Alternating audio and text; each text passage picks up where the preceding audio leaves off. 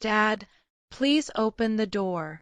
My voice cracked in the freezing Christmas night. Snow clung to my hair, soaked through my coat, and seeped into the thin blanket wrapped around my 1-year-old daughter Adeline. She was pressed against my chest, trembling so hard I could feel every shiver against my own ribs. The porch light clicked on. My father, Raymond, opened the door in his robe, silver hair messy from sleep, eyes still heavy. But the second he saw us, the sleep vanished from his face completely. "Vivian." He stepped forward. "What happened? Where's your coat? Why is she?" I couldn't answer right away. My lips had gone numb.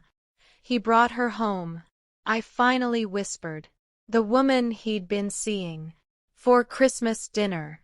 In front of everyone." My father's jaw tightened. "Grant said I was embarrassing him," I continued, tears freezing on my cheeks. "His mother told me I should have known my place in that family." Then she packed our bags, put us outside, and locked the door behind us. Dad looked down at Adeline. Her tiny fingers had gone pale blue. Her eyes were barely open, her lashes clumped together with frost. He didn't say another word.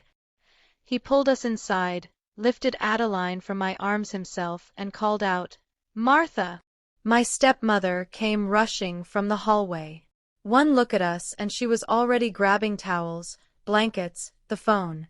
Within minutes, Adeline was wrapped in warmth while my father checked her breathing with the calm precision of a man who had spent 30 years as a paramedic. "She needs the hospital. Now." "I don't have my wallet," I said. "They kept my purse. My keys. Everything." My father went still. Then he walked to the small dish by the front door, where a ring of keys sat untouched.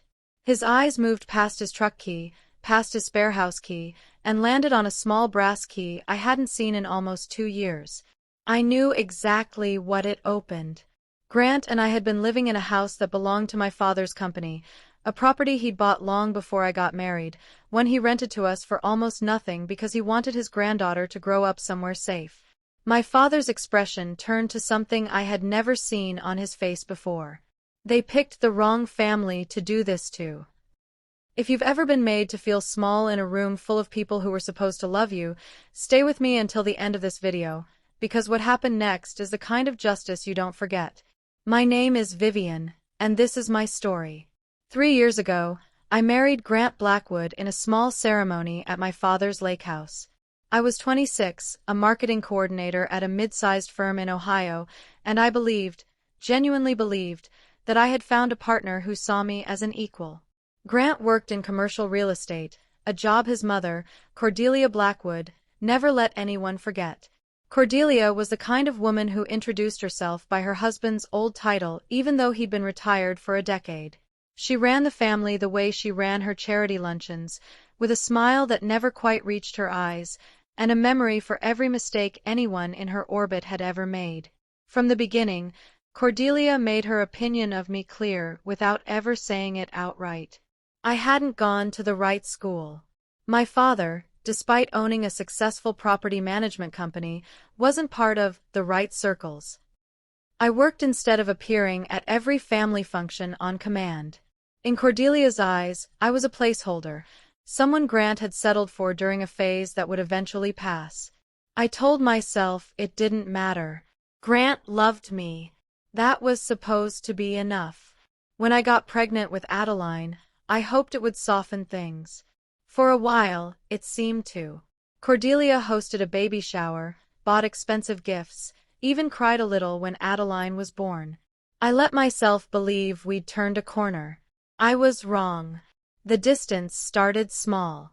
Grant began staying late at the office, not unusual for his industry, so I didn't think much of it at first. Date nights got canceled for client dinners.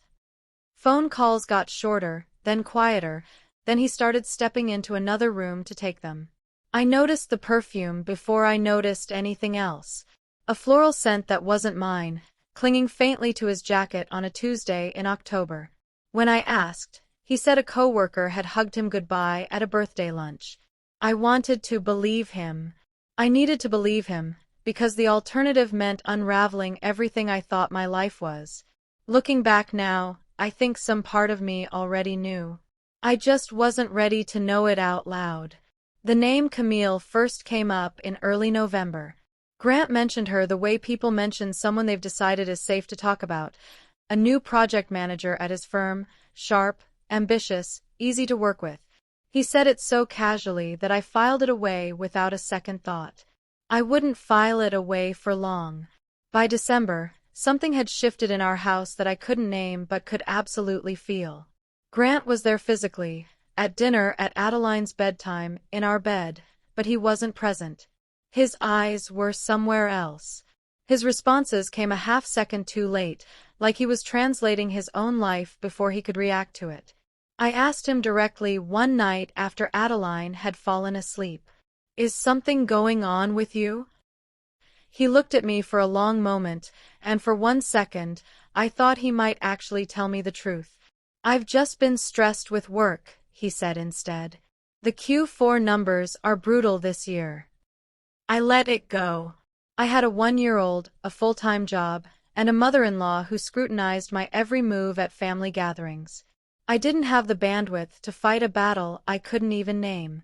Christmas Eve, Cordelia called to confirm the family dinner at her estate, a tradition I had never once been allowed to skip, regardless of how I felt about attending.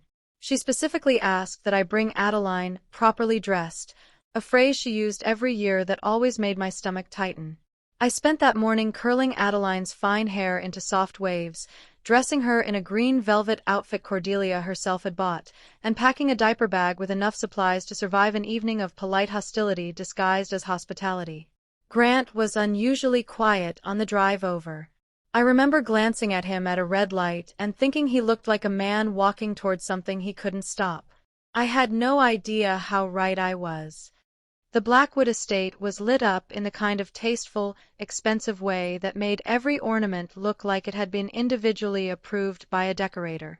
20-some relatives filled the main room, aunts, cousins, family friends who orbited Cordelia's social calendar. I balanced Adeline on my hip and made the usual rounds of small talk, the kind where you smile until your face aches. Dinner was announced at 7. That's when everything changed. Grant stood near the dining room entrance, and beside him stood a woman I had never met, tall, polished, wearing a deep red dress that looked expensive in the specific way Cordelia's approval always seemed to require. She had her hand resting lightly on Grant's forearm like it belonged there. "Everyone," Cordelia announced, tapping her glass with a fork, "I'd like you to officially meet Camille. She's been an important part of Grant's life this year, and we're so glad she could join us tonight." The room didn't gasp. The room didn't react at all, because the room already knew.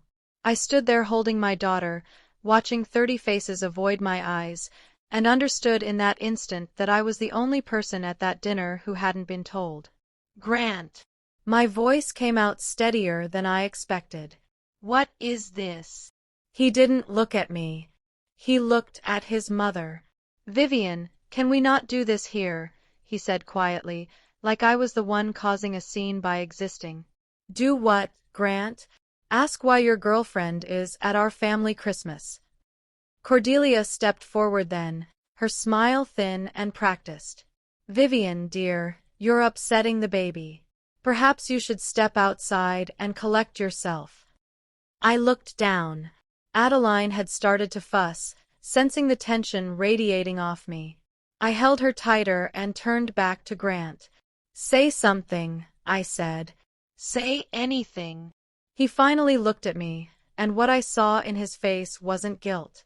It was relief, the relief of a man who had been dreading a conversation and was grateful someone else had started it for him. "I didn't want it to happen like this," he said. "But I'm not happy, Vivian. I haven't been for a while." Camille had the decency, at least, to look uncomfortable. She didn't say anything. She didn't need to. "You brought her to our daughter's Christmas," I said, my voice shaking now. "You didn't even have the decency to tell me privately." "You're making a scene," Grant said, glancing around at his family, at his mother, seeking approval instead of offering me any. That was the moment Cordelia decided she'd had enough. "I think it's best you leave," she said, her voice cutting cleanly through the murmurs. "Take the child and go stay with your father. This is a family gathering, and clearly you're no longer able to conduct yourself appropriately within it."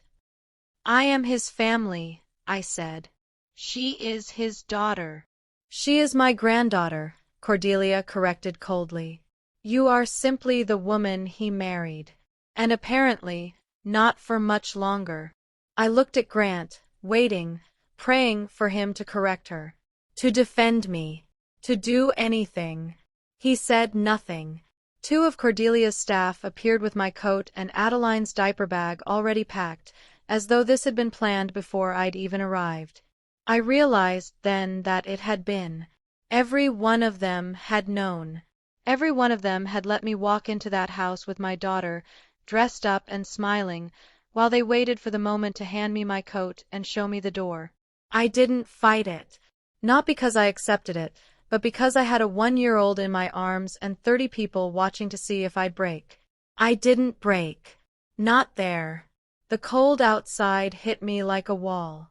My car was blocked in by 3 other vehicles, and my purse, phone charger, wallet, keys, all of it, had been packed into a bag I never got the chance to check.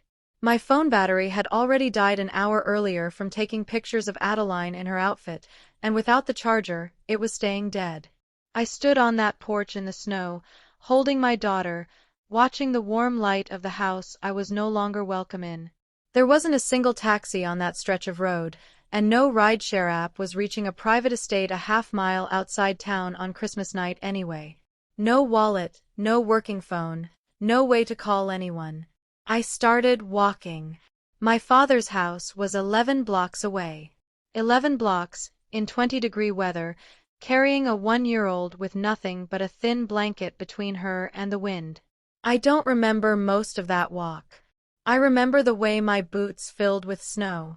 I remember singing to Adeline under my breath, some half-remembered lullaby, because I was more afraid of her crying from the cold than I was of anything else in the world. I remember the moment her whimpering stopped, and how that silence terrified me more than her crying ever had. By the time I reached my father's porch, I could barely feel my hands. You already know what happened next. My father took one look at us and became a different person, not the retired paramedic who spent his weekends fixing up boat engines, but the man who had spent 3 decades running toward emergencies other people ran from. Martha drove Adeline to the hospital while I sat wrapped in blankets in my father's truck, watching him grip the steering wheel with a kind of controlled fury I'd only seen once before, the year someone had backed into Martha's car and driven off. At the hospital, the pediatrician confirmed what we already feared: early signs of hypothermia from prolonged cold exposure, along with mild frostnip on 2 of Adeline's fingers. Not severe, thank God, but serious enough that the doctor asked, more than once, how long she'd been outside in that weather. I couldn't answer without my voice breaking. While Martha stayed with Adeline, my father asked me a single question in the hospital hallway. "Whose name is on the deed for that house?" I already knew where this was going, because I already knew the answer. "Yours," I said. "Under the company." My father nodded once, like a man confirming a fact he already intended to use. "Then legally," he said, "nobody in that house had any right to lock you out of it tonight." Here's what Grant and Cordelia didn't know, because Grant had never bothered to ask, and Cordelia had never bothered to care. The house we lived in wasn't jointly owned. It wasn't even in Grant's name. It belonged to my father's property company, Carter Holdings, and Grant had signed a private lease agreement with my father 2 years earlier, a lease that listed me, not Grant, as the primary tenant, because my father had insisted on it for exactly this kind of situation. Grant had signed it without reading past the signature line, assuming it was a formality between family. My father had drafted it very deliberately, which meant that legally, Grant Blackwood didn't have the standing to lock me out of that house. He never had. At 11:30 that night, after confirming Adeline was stable and resting under observation, my father drove back to the house that had been my home for 2 years, the same house where, 20 minutes earlier, Grant and Camille and half the Blackwood family had reconvened to continue their celebration like nothing had happened. I sat in the passenger seat, wrapped in a blanket, watching my father's face in the glow of the dashboard lights. He wasn't shouting. He wasn't even raising his voice. He had the calm, methodical energy of a man who had already decided exactly what he was going to do. We pulled up outside the house. Every window glowed gold. Music drifted faintly from inside. I could hear laughter, actual laughter, as if the woman and child who'd been thrown into a snowstorm hours earlier were an inconvenient memory already fading. My father got out of the truck, walked to the front door, and used his own key to let himself in. I followed him inside, still wrapped in Martha's spare coat, my boots soaked through. The living room fell silent the moment we walked in. Grant was standing near the fireplace with a drink in his hand. Camille sat beside him on the couch. Cordelia was near the kitchen doorway, mid-conversation with one of her sisters, and the second she saw my father, her expression shifted into something between confusion and irritation. "Raymond," she said, straightening, "this is a private family gathering." "It's my property," my father said simply. "I don't need an invitation to walk into my own building." The room went completely quiet. Grant set his glass down slowly. "Raymond, what are you talking about? This is our house." "No," my father said. "It's my company's house, and as of tonight, that lease is already in breach." Cordelia let out a short, disbelieving laugh. "You can't just—" "I already have," my father said, pulling a folded document from his coat pocket, the original lease agreement he kept a copy of in his truck, alongside every other property document for Carter Holdings, out of decades of professional habit. "Vivian is the primary tenant on this lease, not Grant. Tonight, she and my granddaughter were removed from this property and left outside in dangerous conditions by people who don't hold the lease. Our attorney will be filing for emergency eviction first thing Monday morning, based on the endangerment of the primary tenant and a minor child. That's more than enough grounds, and any judge in this county will see it the same way." Grant's face had gone pale. "Raymond, come on. This is insane. We can talk about this. You had 11 months to talk to my daughter about whatever's been going on with you," my father said, his voice never rising, which somehow made it more unsettling than if he'd shouted. "Instead, you brought another woman into your child's Christmas and let your mother throw a 1-year-old into a snowstorm. There's nothing left to talk about." Cordelia's composure cracked for the first time all evening. "You're overreacting." The girl walked. "She walked 11 blocks in freezing weather because you took her coat, her keys, and her phone charger," my father said, cutting her off. "My granddaughter has frost nip on 2 fingers right now. If you'd like to explain that to a judge instead of me, I'm happy to make that happen." Nobody spoke. "You're hereby being served notice that this lease is being terminated for cause," my father continued, addressing Grant directly. "You have until the end of January to vacate. After that, Carter Holdings begins the process of finding a new tenant. I'd also strongly recommend you consult a lawyer, because Vivian will be filing for full custody of Adeline, and tonight is going to be part of that record." Grant opened his mouth, then closed it again. For all his mother's confidence, he had none of his own in that moment. Cordelia tried one more angle. "Raymond, surely we can discuss this like reasonable adults, without dragging lawyers and courts. You made this decision the moment you put my daughter and granddaughter outside in a snowstorm," my father said. "I'm simply the one finishing it." He turned to me then, his voice softening just slightly. "Get anything of Adeline's you need for the next few days. We're leaving." I walked past Grant, past Camille, past the aunts and cousins who suddenly found their shoes very interesting, and gathered a bag of Adeline's essentials from the nursery upstairs, the one Grant and I had painted together 2 summers ago, back when I still believed we were building something permanent. I didn't cry. I think I'd already cried everything I had out on that walk through the snow. The weeks that followed moved faster than I expected. My father's attorney, a sharp, unflappable woman named Denise who had handled Carter Holdings contracts for 15 years, filed the eviction paperwork that Monday, citing the lease breach and the documented cold exposure incident. Grant and his family had 30 days to vacate, and any attempt to fight it in court would only put the details of that Christmas night on public record, which was the last thing Cordelia wanted. Grant tried calling several times that week. I let most of them go to voicemail. When I finally answered, his voice was different than I'd ever heard it. Smaller, uncertain, the voice of a man realizing the consequences of his choices had arrived faster and harder than he'd anticipated. "I made a mistake," he said. "I never meant for it to go this far." "Which part?" I asked. "The part where you brought her to our daughter's Christmas, or the part where you let your mother put us out into a snowstorm?" He didn't have an answer for either. Camille, I later learned, ended things with Grant less than a month later, not out of any moral awakening, but because the confident, put-together version of Grant she'd met that Christmas had quickly dissolved into someone facing a custody battle, an eviction, and a mother who blamed everyone but herself for the collapse. A mutual acquaintance mentioned that Camille had told co-workers she hadn't signed up for a soap opera, which struck me as almost funny, given she'd been in the middle of one for months without a word of warning to me.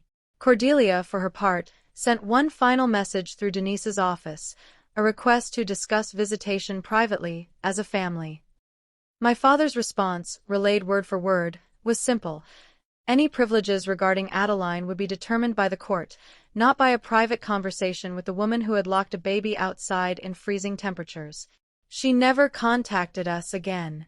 I heard through a cousin months later that Cordelia had told her social circle a very different version of that Christmas, one where I had overreacted and embarrassed the family in front of guests. I didn't bother correcting it. People who need to believe a version of events where they're the victim will always find a way to believe it, no matter how much evidence sits in front of them. I stopped needing her approval the moment I watched my father walk into that house and end her performance for good. There was a period, in late January, when the reality of everything hit me all at once, not the anger, which had carried me through the custody hearings and the lease dispute, but the quieter grief underneath it. I had spent 3 years building a life with someone who, when it mattered most, chose his own comfort over his daughter's safety. Some nights, after Adeline was asleep, I sat in my new kitchen and let myself feel it fully, without an audience, without needing to be strong for anyone. Martha would sometimes sit with me in silence, just so I wasn't alone with it. I think that mattered more than any advice she could have given. By February, the fog started to lift. I went back to work full-time, requested a transfer to a new team where nobody knew the details of my personal life, and found a strange comfort in spreadsheets and deadlines, things that behaved exactly the way they were supposed to.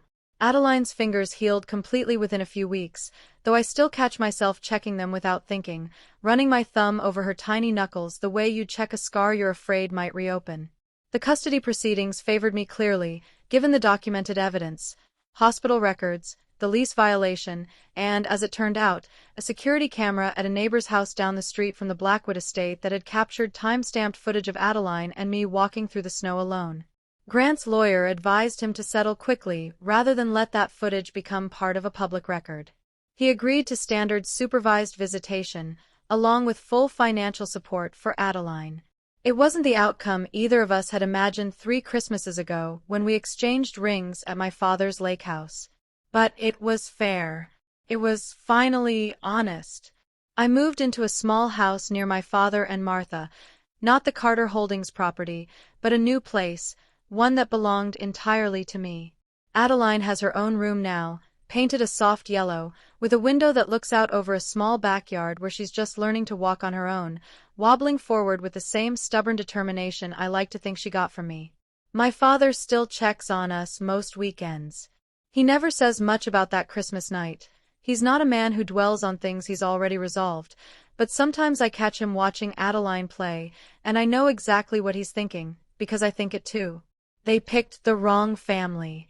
Looking back now, I don't think Grant ever truly understood what he had until it was gone, not because he lacked feelings, but because he'd spent his whole life in a family that mistook control for love and image for integrity. Cordelia raised a son who knew how to perform loyalty at a dinner table, but had never learned how to practice it when it actually mattered. I used to think strength meant staying, enduring, forgiving, holding a family together no matter the cost to yourself. I don't believe that anymore. Real strength was walking 11 blocks through the snow with my daughter and refusing to let the people who'd hurt us be the last word in our story. My father opened one door that night, but it was walking through it and choosing never to go back that actually saved us. If you were in my position, would you have forgiven Grant a second chance, or was walking away the only real justice? Let me know in the comments, and if this story moved you, make sure you're subscribed to Sophie Revenge, because a new story drops every single day.